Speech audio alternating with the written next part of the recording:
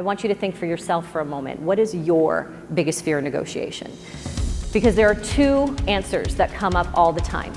One of them is, I don't want to leave anything on the table and look stupid. But the other more overwhelming response is, I don't want to damage relationships. And as a result of those fears, people often avoid negotiating altogether, and it breaks my heart. Please welcome negotiation specialist, coach, and speaker, Fotini, Iconomopoulos.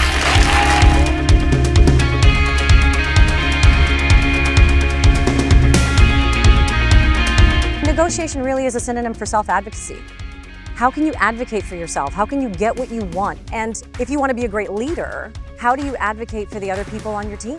How do you get people to want to be on your team, to follow your ideas? If you want to be a great leader, that means you're making proposals for ideas, agendas, and so on, and you're getting people to follow you without that resistance. That's a negotiation. You want to be a great leader? Make people feel really good about the decisions that you're making. Too often what we do is we give them all the cookies because we want to save this relationship. We don't want to damage the relationship, right?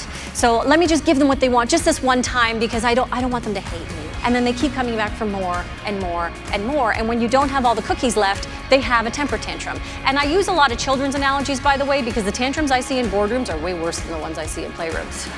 I'm going to show you today how you can get 12% better deals and build better relationships all at the same time. That is what effective collaborative negotiation skills can do for you.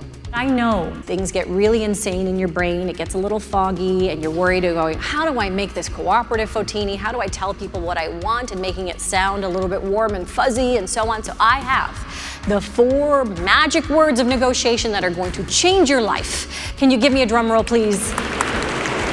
The 4 magic words of negotiation are, if you, then I. I know, it's simple, right? If you can do this thing that I want, then I can do this thing that you want.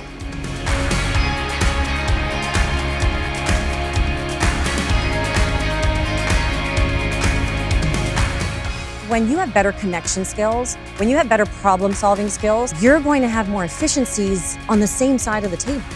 And you're only as strong as your weakest link. When you're a better team, you operate like a better team. And that means to the other party that's going to be sitting across from you, you are going to come out looking so much stronger and they're going to resist you a lot less. And so as a result of all of that, people learn how to work together better. It was a 10 out of 10. Right away, she just made it so relevant and actionable for everyone there. She covered hard-hitting topics, but she did it with such humor and such humanity. We like working with people who are cooperative. We like working with folks who are thinking about curiosity and empathy instead of talking down to us or banging a fist on the table. We don't tolerate being spoken down to. We respond to relationships, we respond to that curiosity, that empathy, and some problem-solving attitudes. Those are the folks that we like to work with. So those are the things that you can lean on instead of leaving money on the table, instead of trying to buy that likability. Likability matters, but how you get it matters too.